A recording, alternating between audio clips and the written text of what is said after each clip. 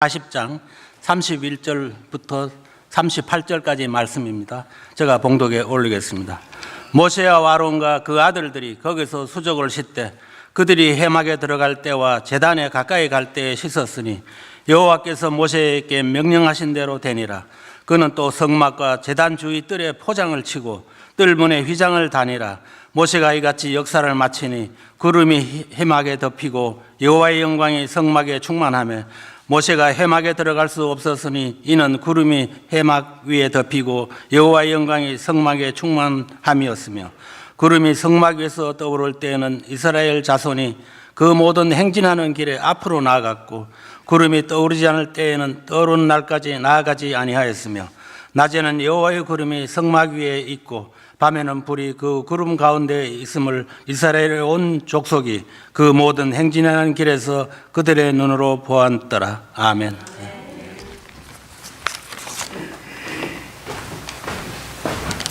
함께 기도하시겠습니다. 나의 입술의 모든 말과 나의 마음의 묵상이 주께 연락되기를 간절히 소망합니다. 예수님의 이름으로 기도합니다. 아멘. 아멘.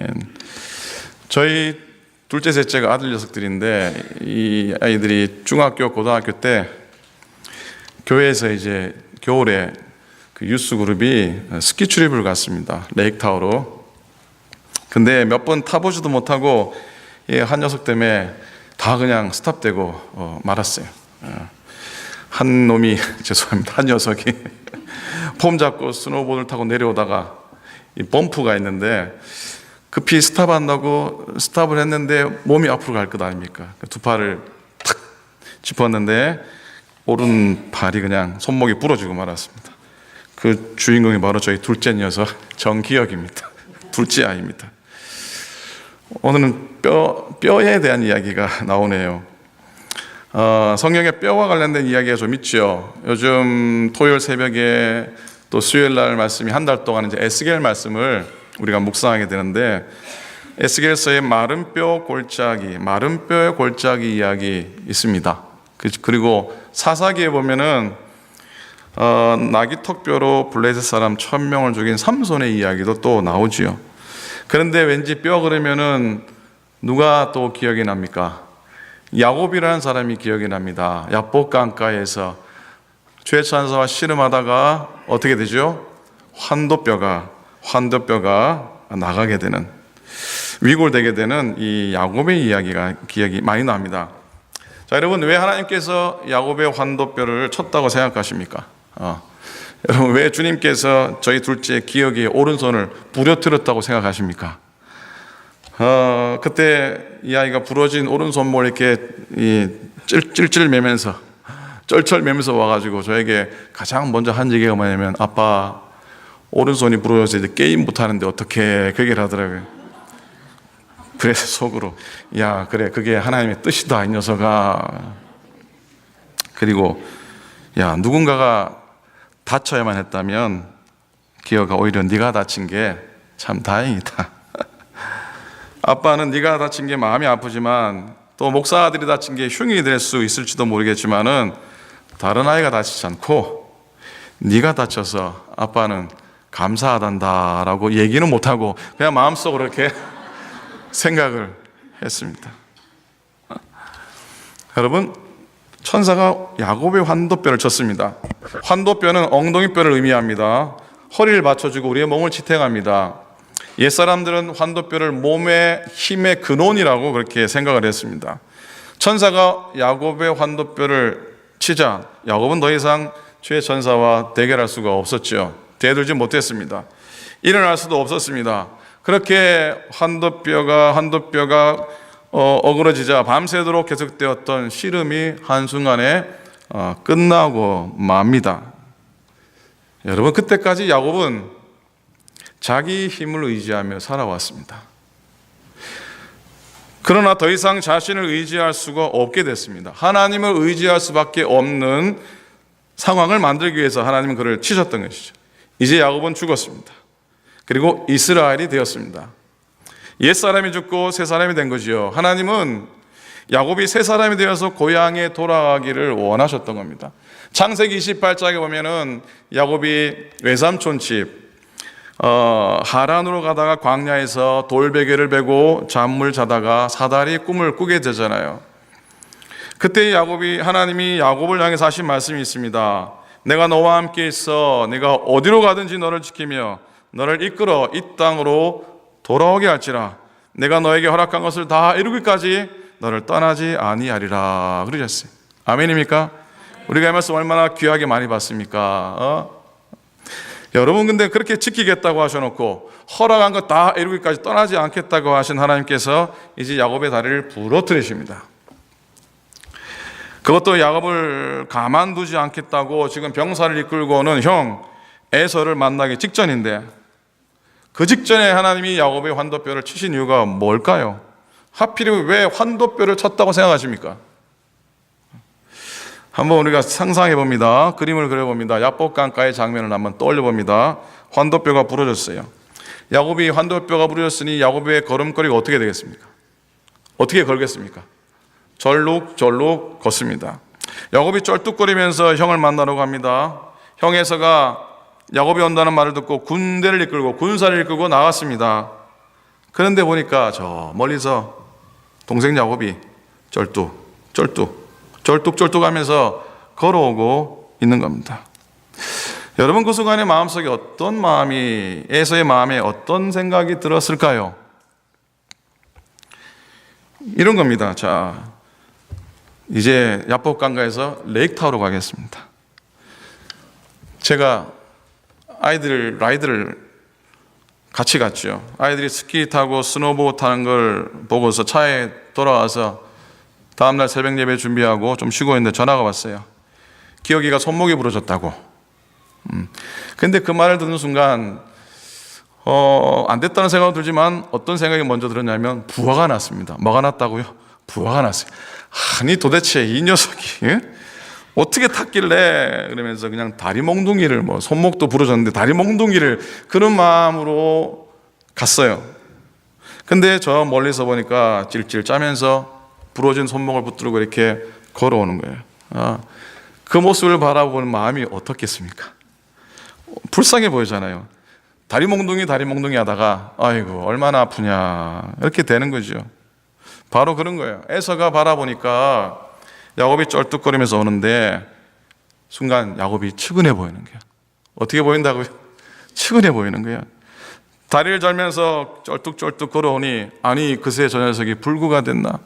저 녀석이 그동안 무슨 일이 있었나? 그런 마음으로 마음이 아팠을 거예요. 그러니 그런 동생을 향해서 복수하겠다고 왔지만 어떻게 칼을 빼들 수 있었겠습니까? 야곱은 절뚝거리면서 형 에서에 가서 7번 엎드려 절을 하죠. 그리고는 아주 유명한 인사를, 야곱이 고개를 들고 형에게 인사를 하게 됩니다. 야곱이 뭐라고 인사를 합니까? 형님의 얼굴을 보니까 마치 하나님의 얼굴을 보는 것 같습니다 라고 하는 그야말로 유명한 인사를 야곱이 형에게 하게 됩니다. 낮은 자세로 하게 되죠. 그러니 형의 마음이 풀어질 수밖에요. 쩔뚝쩔뚝거리며 오는데 와가지고 7번 절하고, 그리고 고개를 들고 형님의 얼굴을 보니까 하나님의 얼굴을 보는 것 같습니다 그러는데 거기 어떻게 칼을 들이맵니까? 그런 의미에서 우리 옆에 계신 분한테도 형제님 얼굴 보니까, 자매님 얼굴 보니까 하나님 얼굴 보는 것 같습니다 한번 인사 한번 해도 좋을 것 같아요. 하나님 얼굴 보는 것 같습니다. 예. 여러분, 만일에 야곱이 환도뼈가 부러지지 않았으면 절대로 그렇게 굽힐 위인이 아닙니다. 그걸 하나님이 너무 잘하셨던 거예요. 하나님이 야곱의 마음을 너무 잘하셨기 때문에 그를 절름발이가 되게 하신 겁니다. 형제 사이를 화해시키기 위해서 하나님은 야곱의 환도뼈를 치신 겁니다. 이건 둘 다를 살리시기 위해서 야곱의 환도뼈를 내치신 겁니다. 여러분, 야곱은 형의 마음을 달래기 위해서 어떤 작전을 썼습니까? 자기가 제일 뒤에 서고 앞에 자기 부인들, 자녀들 하나, 둘, 셋, 넷 보내면서 갈 때마다 형에게 줄 선물들을 잔뜩 실어서 1차, 2차, 3차, 4차 쭉 보내잖아요. 그리고 뇌물로도 안 될 것 같으면 여차 도망하기 위해서 만반의 준비를 하고 제일 마지막에 뒤에 따라가지 않습니까? 그러나 사실 에서도 상당한 부자입니다. 군사를 끌고 동생을 복수하기 위해서 나왔을 정도면은 상당한 부자요. 뇌물 준다고 마음을 돌이킬 사람이 아니라는 겁니다. 하나님은 그것도 알고 계셨습니다. 여러분, 하나님은 그들이 화해할 수 있는 유일한 방법은 에서가 야곱을 긍휼히 여기는 마음을 갖게 하는 마음밖에 없었던 겁니다. 에서의 마음속에 동생 야곱을 긍휼히 여기는 마음을 불러일으키는 방법밖에 없었어요. 그래서 야복강을 건너기 전에 형 에서를 만나기 전에 환도뼈를 쳤습니다. 야곱이 다리를 저는 모습을 에서에게 보이기 위해서 몸의 다른 데가 아니라 가장 힘을 많이 받고 걸을 때 필요한 환도뼈를 내려쳤습니다. 만일에 야곱이 위풍당당하게 그 정도 아니래도 떳떳하게 맨몸으로 아니면 이렇게 건강한 모습으로 자기 가족과 종들과 가축대를 데리고 왔더라면 아마 시나리오대로 계획대로 큰 싸움 났을 겁니다. 둘 중에 하나는 어떻게 됐을 겁니다. 그러나 쩔뚝발이가 된 야곱은 싸울 수도 없었고 그리고 도망갈 수도 없었습니다. 여러분, 사는 방법은 하나였습니다. 죽었다 생각하고 납작 엎드리도록 하시는 겁니다. 무조건 항복하는 것이었습니다. 그래서 납작 엎드렸던 겁니다. 그 모습에 형 에서의 마음이 녹아졌고 화해한 것이죠. 참 역설적이게도 하나님께서는 야곱을 보호하기 위해서 그의 기도를 응답해 주시기 위해서 그와의 언약을 지키시기 위해서 야곱을 치셨어요. 하나님이 야곱을 치신 건 축복이었고 은혜였습니다. 이렇게 믿어지십니까? 아멘이 되십니까? 이 경우가 여러분의 경우라도 아멘 되시겠습니까? 사랑하는 여러분, 하나님께서는 때론 나를 살리기 위해서 치실 때가 있습니다. 길을 막으실 때도 있고 밤을 새워가며 기도하게 하실 때도 있습니다. 하나님이 치시는 것도 은혜요, 하나님께 맞는 것도 은혜입니다. 하나님이 안 되게 하시는 것도 은혜인 줄로 믿습니다.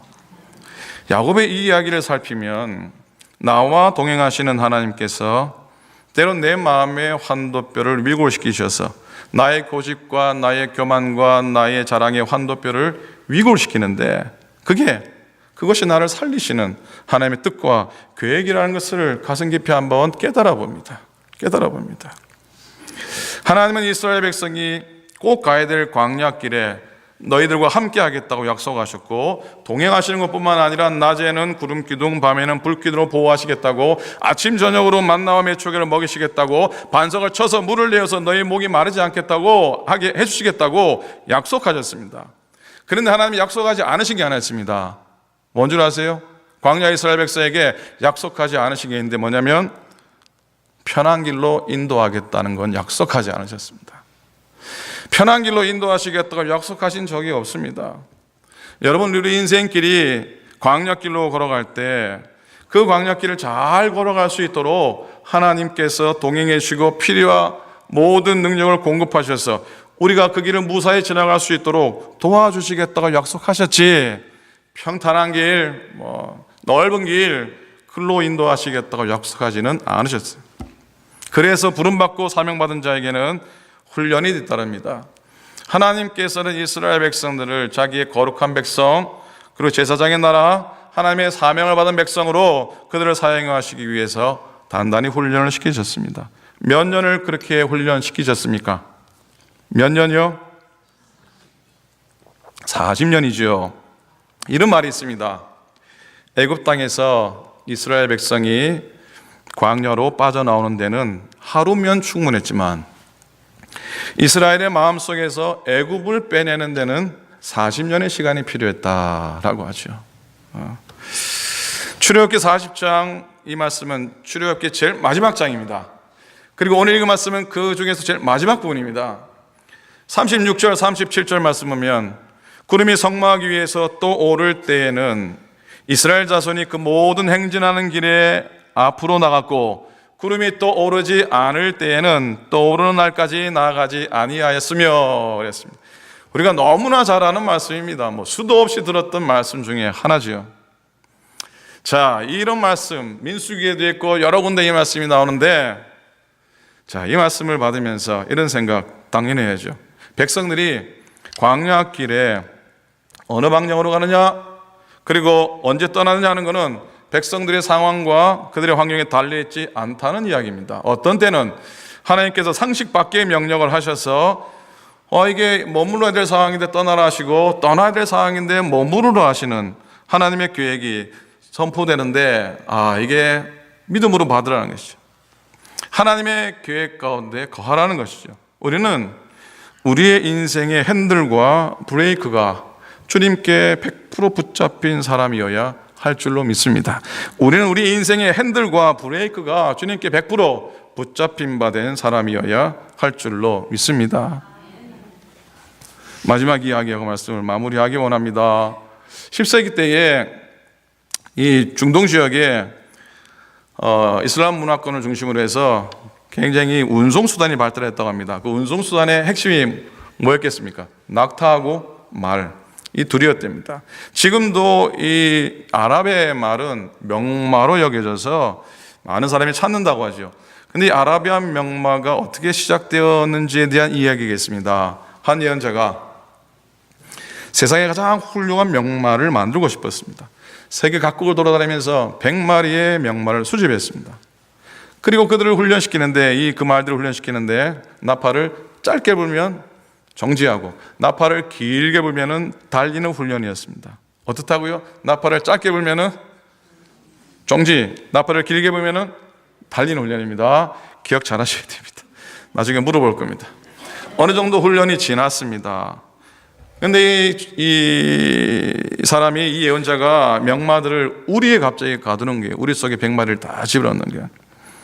근데 그 우리를 맞는 근처에 오아시스가 있어요. 개울물도 흐릅니다. 이 말들에게 충분한 음식을 다 줍니다. 그런데 물은 먹이지 않는 겁니다. 물은 먹이지 않는 겁니다. 말들이 목이 탔습니다. 근처에 오아시스도 있고 샘물도 있으니 이 말들이 미칠 지경입니다. 어느 날 이 주인이 우리의 문을 활짝 열고 나팔을 길게 불면 어떻게 한다고? 나팔을 길게 불면 말들이 달리는 거죠. 문도 열렸겠다. 주인이 나팔을 길게 불겠다. 오아시스를 향해서 이 말들이 전력 질주를 향해서 달려갑니다. 목이 말랐으니 미친 듯이 물가를 향해 달려갑니다. 오아시스에 거의 다다랐을 때 주인이 뒤에서 어떤 나팔을 불었겠습니까? 짧은 나팔을 불었어요.